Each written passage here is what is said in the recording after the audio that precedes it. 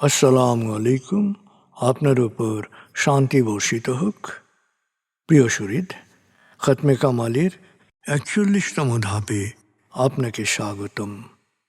আপনি জানেন, রোগ শোক, বিপদ আপদ, আসমানি জমিনি বালা মুসিবত, সকল ধরনের অস্থিরতা, অশান্তি, অনিশ্চয়তা, নিরাপত্তাহীনতা, দুর্যোগ, দুর্বিপাক, আজাব গজব থেকে মুক্তির জন্যে খতমে কামালি এক সহজ আমল। খতমে কামালির এই আমলের মধ্য দিয়ে প্রার্থনাকারী প্রার্থনার সাথে মিশে যান। আসলে প্রার্থনাকারী যখন প্রার্থনার সাথে মিশে যান, তখন প্রার্থনা কবুল হয়। খতমে কামালি প্রার্থনা কবুলের এই পরম মুহূর্তে আপনাকে নিয়ে যাবে। তাই নিজের, অন্যের, সমাজের, দেশের, মানব জাতির যে কোনো কল্যাণের নিয়তে আপনি এই আমলে অংশ নিন। আপনি সকল বিপদ আপদ, বালা মুসিবত মুক্ত হন। আপনার জন্যে কল্যাণকর সকল দোয়া আল্লাহ কবুল করুন। সব সময় আল্লাহ আমাদেরকে তার রহমতের ছায়ায় রাখুন। এই কামনা করে আমি শহীদ আল বুখারী মহাজাতক খতমে কামালির পুরো প্রক্রিয়ায় আপনার সাথে থাকছি। আসুন এবার আমরা ডুবে যাই সত্যের গভীরে।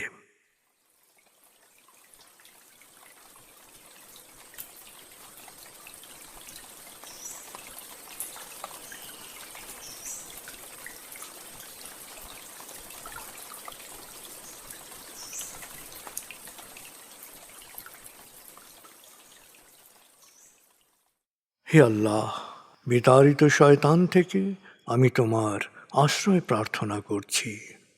দয়াময় মেহেরবান আল্লাহর নামে। আয়াতুল মুলক। হে আল্লাহ, সকল ক্ষমতার মালিক, তুমি যাকে ইচ্ছা ক্ষমতা দান করো, যাকে ইচ্ছা ক্ষমতাচ্যুত করো, যাকে ইচ্ছা সম্মানিত করো, যাকে ইচ্ছা অপমানিত করো। তুমি সর্বশক্তিমান, সকল কল্যাণ ও মঙ্গলের আধার। তুমি দিনকে ছোট করে বড় করো রাত, আবার রাতকে ছোট করে বড় করো দিন। তুমি প্রাণহীনে দাও প্রাণ, আর প্রাণবন্তকে করো প্রাণহীন। তুমি যাকে চাও বেহিসাব রিজিক দান করো। সূরা আলে ইমরান আয়াত ২৬-২৭। আয়াতুল কুরসি। আল্লাহ ছাড়া কোনো উপাস্য নেই। তিনি শাশ্বত, চিরঞ্জীব, বিশ্ব প্রকৃতির সর্বসত্তার ধারক। তিনি তন্দ্রা নিদ্রাহীন, সদা সজাগ, মহাকাশ ও পৃথিবীর সব কিছুর মালিক। তার সদয় অনুমতি ছাড়া তার কাছে সুপারিশ করার সাধ্য কারো নেই। দৃশ্যমান বা দৃশ্য, অতীত বা ভবিষ্যৎ, সৃষ্টির সব কিছুই তিনি জানেন। তিনি যতটুকু জানাবেন, এর বাইরে তার জ্ঞানের সীমানা সম্পর্কে ধারণা করা কারো পক্ষেই সম্ভব নয়। তার আসন, তার কর্তৃত্ব পৃথিবী ও নভমণ্ডলের সর্বত্র বিস্তৃত, আর তার সংরক্ষণে তিনি অক্লান্ত। তিনি সর্বোচ্চ, সুমহান। সূরা বাকারা আয়াত ২৫৫।